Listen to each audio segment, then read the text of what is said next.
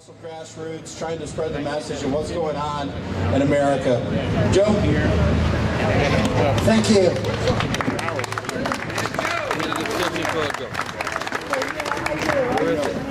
It was right there, bro.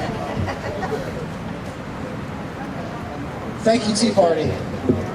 My great-grandfather, Max Danziger, came to America by way of Germany with $40 in his pocket. He said he left Europe because he felt, as a Jew, his life was no longer safe. As his ship, the Saxonia, arrived at Ellis Island, he told me many times as a child that he looked out and saw the streets lined with gold. America meant freedom for him. Freedom from the clutches of Hitler and the rampant anti-Semitism that had swept over Europe. And freedom to live a decent life and make a decent wage. When asked if he was happy that he made the move to America, he stated, "Yes, 100%. I am a self-made man. I was never hungry again. I have never been sorry that I came to this country that gave me so much opportunity." My great-grandmother, Esther Danziger, one of the most beautiful people I have had the honor to know, described America as a beautiful sunshine after a terrible storm. My great-grandparents came to America. They didn't grow up here. And while they were here, not a day went by that they did not thank God for the wealth that America brought to them. And when I say wealth, I don't just mean money. And my great-grandparents were never rich. I mean family and freedom. My great-grandparents, Esther and Max, never took for granted what the United States had to offer them. Unfortunately, though, many of us who grew up here did.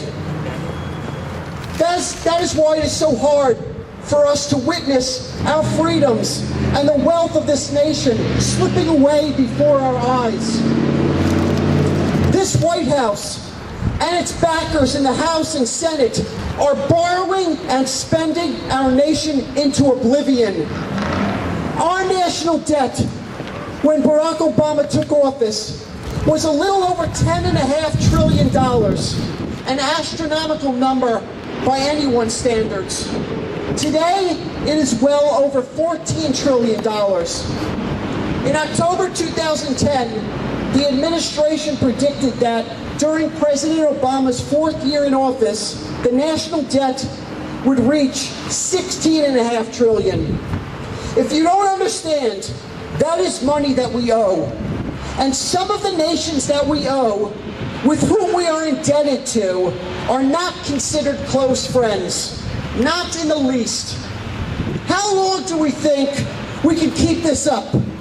How long can we keep borrowing and running up the debt before we are at the point of no return?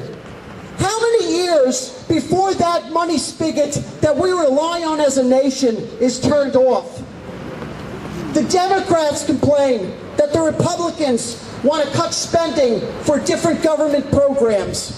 But what happens when there is no money? Whether the Republicans or Democrats like it or not, what happens when there is no money to finance those programs? What happens when there is no money to finance Medicare or Medicaid? What happens when there is no money to fund Social Security?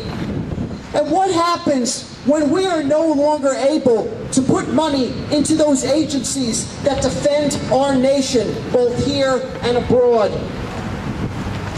The Democrats complain that the Republicans want to cut spending, but it is not the Republicans who are at fault. The blood is on the hands of Barack Obama and Nancy Pelosi, who have led a fight to borrow and spend our nation into destruction. Yeah. Obama, no. If your welfare program is cut, blame this administration. If your pension benefits are cut, blame this president and his spend-happy cronies like Harry Reid or Debbie Wasserman Schultz. Yeah.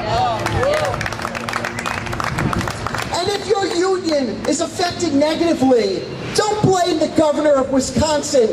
Instead, blame this administration for putting our country in a situation that may be impossible to get out of.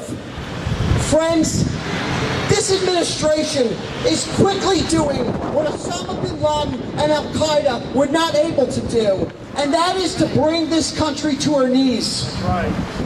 And speaking of Al-Qaeda, do not believe for a second that our enemy is not aware of what is going on.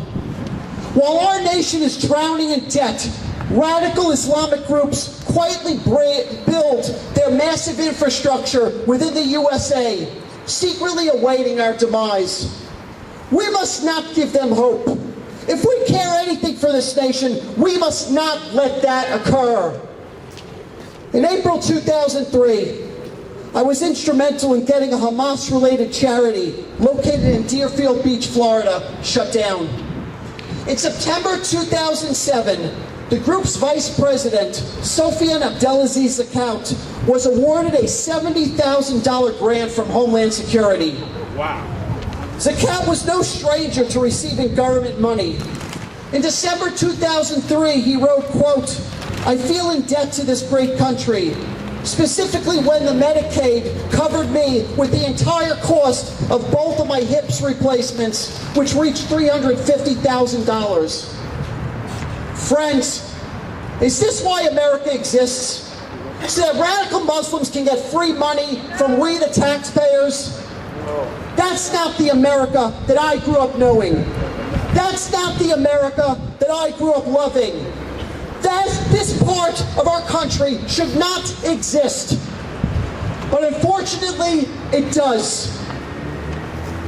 Soon my wife Emily and I will be trying for a pregnancy.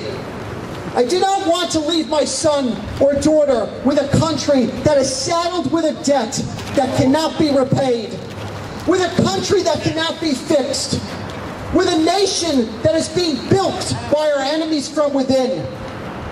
I don't want my future grandchildren to have to ask why Americans stood by and did nothing while they watched their country disintegrate. The United States was an experiment that went right. Let's not see it go up in flames. Our children's future is at stake. Let's fight to keep our country the bastion of freedom that we have been used to. My great-grandparents worked hard to get to America. And when they arrived, they worked hard to get their citizenship the right way. Because that was their dream, to become citizens of the United States. We cannot afford to let that dream die. Thank you very much. God bless you, and God bless the United States of America. Thank you.